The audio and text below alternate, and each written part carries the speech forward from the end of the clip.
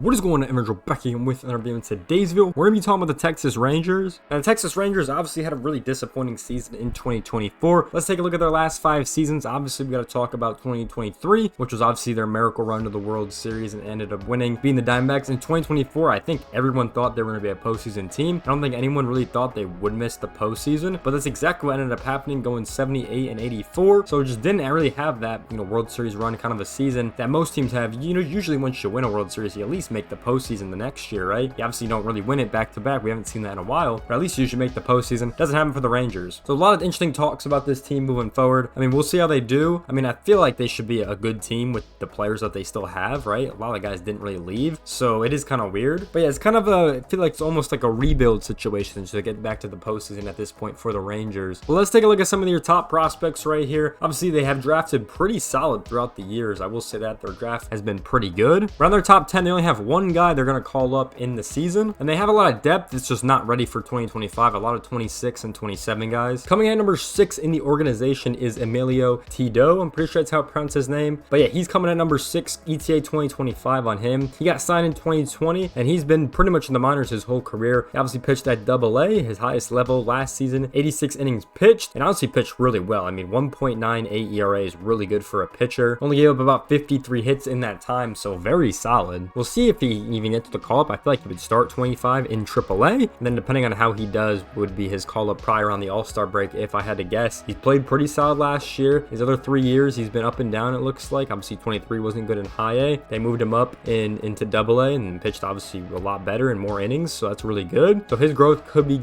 getting a lot better moving forward. So definitely a solid prospect here. And then kind of just taking a look at the rest of their top prospects, we can see a lot of guys 27, 26 on here, right? I mean, that's most of their players. 15 through 18, we got 4 guys, ETA 2025. We keep going, we got number 21, ETA 2025. We have 25, 26, 27 are all ETA 2025. So they still have a lot of players to call up, but even then, 26 and 27, they got a lot more guys to call up as well. Let's take a look at the Rangers contract situations. Obviously, we know they got some big contracts on this team with Corey Seager, Jacob deGrom, and Marcus Semien. That deGrom contract to me is still crazy. Getting paid $40 million this season. I feel like he's barely pitched for the Rangers, which is kind of insane, but he should be back hopefully. I mean, we'll see how long that goes. Yeah, he hasn't pitched in a while. Seager obviously still here, Semien's still here. Those guys are pretty much staples to this team now. Then we got a couple guys on a 1-year contract with Jon Gray. And Tyler Mayhew also on that 1-year contract as well. And then Adolis Garcia is getting pretty close to free agency as well in 2027. So I'm very interested to see if they're going to give him an extension soon or they're going to give him something soon. Probably been one of their best players, I want to say, and he's definitely brought the most attention to the team. So very curious to see if they're going to give him an extension or not. Maybe next off season or even 2026 sometime during that season. I mean, we'll kind of wait and see moving forward, but I feel like he's got to get an extension. And then a couple more players on contract with Dunning. Kyle Higashioka's on this team now, and then Zorbs is still getting a little bit of a contract as well, and then pretty much everyone else is in arbitration. Once again, Helm is pretty much almost a free agent as well, so we'll see kind of where he goes. They're definitely paying a lot of contracts. They're paying 2 buyouts as well with Nathan Eovaldi and David Robertson, but overall they got $150.3 million committed to the team. They think the payroll is going to end up being $170 million on the dot, so definitely a lot of money this team is going to be spending this season. Hopefully they can get into the playoffs with all that spending. I mean, we'll kind of wait and see. But let's move on over to their actual current roster right now. Obviously they got a lot of good players on here. Let's start with this rotation. Obviously Nathan Eovaldi, Jacob deGrom will be the number 2, number 1 kind of guys. Also Rocker and Jack Leiter, I mean, their development has been pretty interesting throughout their minor league careers, so we'll see if they actually get a full-time start anytime soon. And then Jon Gray looked pretty good last year, so we'll kind of wait and see. And then we got a couple other guys in here as well. These guys can get moved down to the bullpen for sure. Then taking a look at that bullpen, right? I mean, Zorbs is probably the player that has been here the longest. I'm pronouncing that right. Same with Pennington and Armstrong. I feel like those 2 players have also been here for a decent amount of time. So, I